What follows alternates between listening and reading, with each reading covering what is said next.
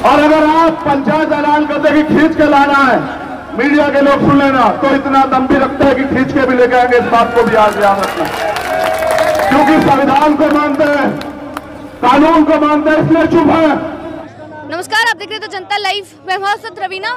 जब मुडलाना में महापंचायत हो रही है उसकी सीधी सीधी तस्वीरें आपको हम दिखा रहे हैं। यहाँ पर जो आपको बताया गया था कि सत्यपाल मलिक और चंद्रशेखर रावण भी आएंगे, वो लोग अब यहाँ पर आ चुके हैं। चढ़ूनी द्वारा ये जो खाप पंचायत है, जो महापंचायत है, महिला समर्थन पंचायत का आयोजन हरियाणा के मुडलाना गांव में किया गया और सत्यपाल मलिक और चंद्रशेखर रावण अपने लोगों के साथ यहाँ इन लोगों को समर्थन देने पहुंचे हैं। और महिला पहलवानों की जो आंदोलन चल रहा है उसकी आगे की रणनीति और रुख क्या रहने वाला है, उसका फैसला आज इस महापंचायत में होने वाला है। आप देख सकते हैं कि कितनी बड़ी तादाद में इनके समर्थन में लोग पहुंचे हुए हैं। पंचायत की तस्वीरें हम आपको दिखाई चुके हैं कि वहां पर कितनी ज्यादा संख्या में लोग मौजूद हैं। ये जो दो गाड़ियां हैं, इन पर सत्यपाल मलिक और चंद्रशेखर रावण यहाँ चढ़ूनी जी के साथ महिला समर्थन पंचायत में पहुंच चुके हैं। कि जहां एक तरफ देश की केंद्र की सरकार और जहां सभी प्रदेशों में भारतीय जनता पार्टी की सरकार है, वो इस अन्याय के समर्थन में खड़ी है, वही इस देश की किसान कमेरी कौम जो हमेशा से अन्याय के, चाहे वो अंग्रेजों का अन्याय हो या किसी और का अन्याय हो, जिन्होंने हमेशा मुकाबला किया, उन कौमों ने फिर मान सम्मान और पगड़ी की इस लड़ाई में आवाज दी है। उस लड़ाई को मजबूत करने की जिम्मेदारी हम सबकी है। मैं यहाँ मंच पर और मंच के सामने आसपास के माहौल को भी देख रहा हूं। बहुत गुस्सा है लोगों के अंदर, बहुत तकलीफ है लोगों के अंदर। अगर आज ऐलान हो जाए तो दिल्ली में बैठे बादशाह को ये खबर लग जाएगी कि कुछ ही घंटों में जो है सारे बॉर्डर सील करने पड़ेंगे। ये ताकत है किसान कमेरों की। लेकिन सवाल यह है कि आज मुकाबला किससे है और आज हालात क्या है, इसको भी समझना और देखना पड़ेगा।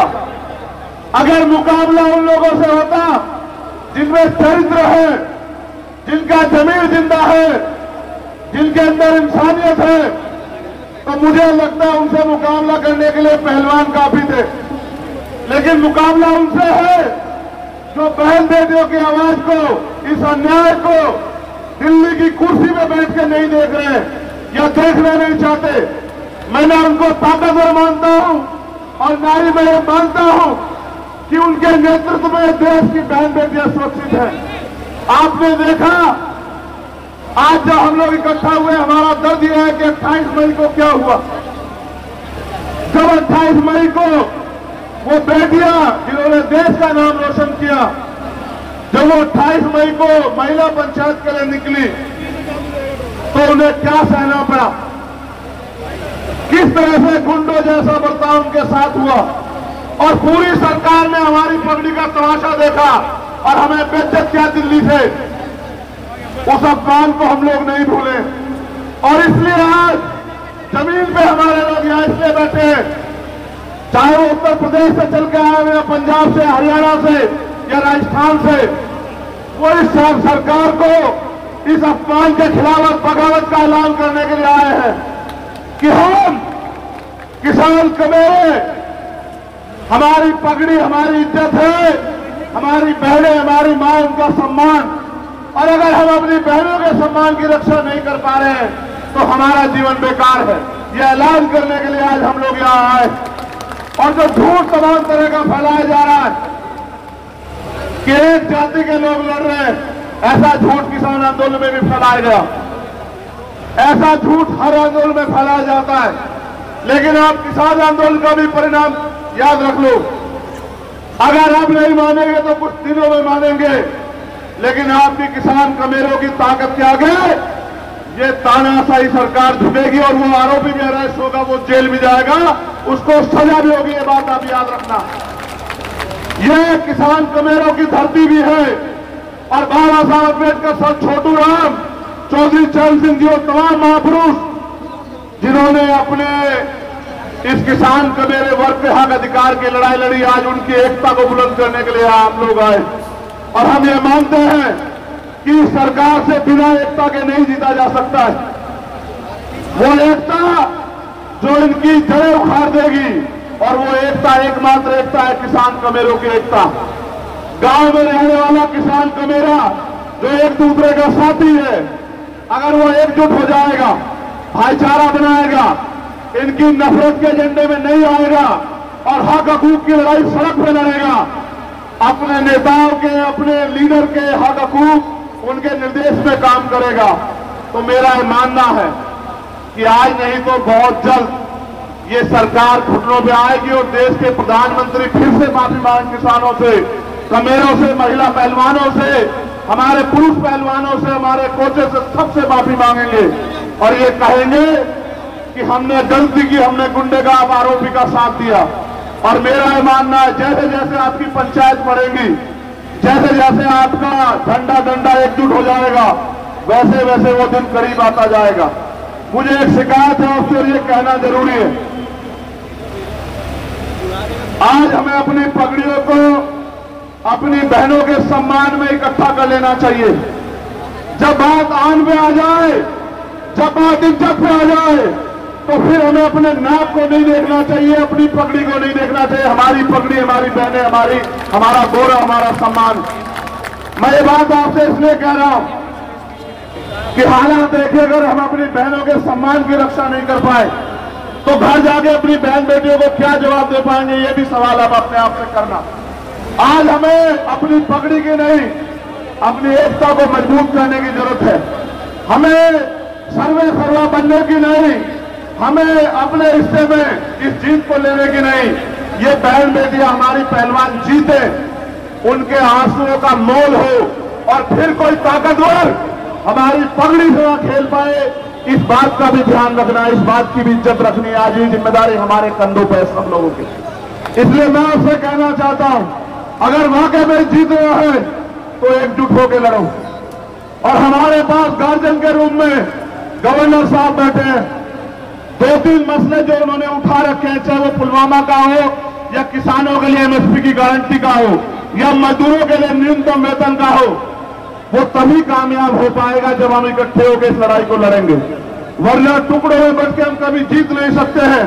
मैं आपको अपने समाज की तरफ से, किसान कमेरे समाज की तरफ से गारंटी देता हूं कि जहां इस सम्मान की लड़ाई में बजरंग यहां बैठे हैं, आप पूछ लो, जिस दिन से हम लोग लड़ना हमने शुरुआत किया था, एक दिन मुझसे गलती हुई क्योंकि हमारे लोगों ने झारखंड में सभा रखी हुई थी। मैं ऐलान करके कह रहा हूं, देश के प्रधानमंत्री जी सुनेंगे, अगर उस दिन मैं वहां होता, मैं बहुत दुखी हूं इस बात से। मैंने कहा झारखंड के मंच पर, जब मैंने सुना, तो किसी ताकतवर को मैं अपनी बहनों के सम्मान से नहीं खेलने देता। उस दिन जो हुआ वहां मुझे उस बात की टीस जीवन के आखिरी क्षण तक रहेगी कि किस तरह खून के आंसू इन लोगों ने रोए, लेकिन उसका बदला लेना, उसका एकमात्र कारण, इस तरीका यही है कि हमें उस किसान कमेरे की आवाज को मजबूत करना है। और मैं आपसे कहना चाहता हूं, हमारे खाप के लोगों से मैंने कहा कि इकट्ठे होकर लड़ो, इकट्ठे होकर। अगर फिर दोहरा रहा हूं, मुकाबला ईमानदार लोगों से होता तो पहलवान बहुत है, और मुकाबला अगर गुंडों से, मवालियों से, तानाशाह से है, तो इतिहास गवाह भारत का कि जिन्होंने अंग्रेजों के दांत खट्टे किए, वो इस सरकार के दांत भी खट्टे करके दिखाएंगे, इनकी तानाशाही के दांत भी खट्टे करके दिखाएंगे। और एक है, पंचायत की घोषणा हुई तो आपने देखा कि उनकी पंचायत कैंसिल होगी।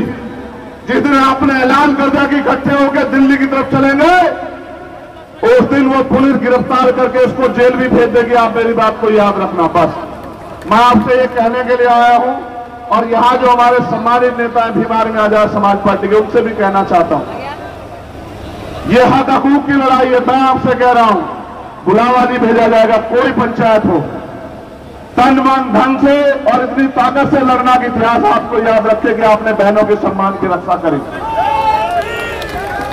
और जहां आवाज देगी पंचायत, फिर कह रहा हूं, इकट्ठे रहना, एकजुट रहना, बंद मुट्ठी रहना। जहां आवाज देगी, जहां किसान कमेरों की आवाज पे पसीना बहेगा, मैं आपसे वादा करता हूं कि अपने खून के एक बूंद बहनों के सम्मान में हम लोग देने का काम करेंगे। और अगर आप पंचायत ऐलान करते कि खींच के लाना है, मीडिया के लोग सुन लेना, तो इतना दम भी रखते हैं कि खींच के भी लेके आएंगे, इस बात को भी आज याद रखना। क्योंकि संविधान को मानते हैं, कानून को मानते हैं, इसलिए चुप है। अगर संविधान कानून को ना मानते, किसी को इतनी इजाजत नहीं देते कि हमारी पगड़ी से खेल ले। वो बहनें हमारा गौरव थी, है और रहेगी। और उनकी तरफ, उनके सम्मान पे आंख उठाने वाले याद रखें, सत्ता के दम पे ताकतवर हो, तुमसे सत्ता भी छीन लेंगे, तुम्हारा घमंड भी छीन लेंगे, याद रखना। बहुत बहुत धन्यवाद। जय जवान, जय किसान, हमारी एकता जिंदाबाद, किसान का मेरा जिंदाबाद।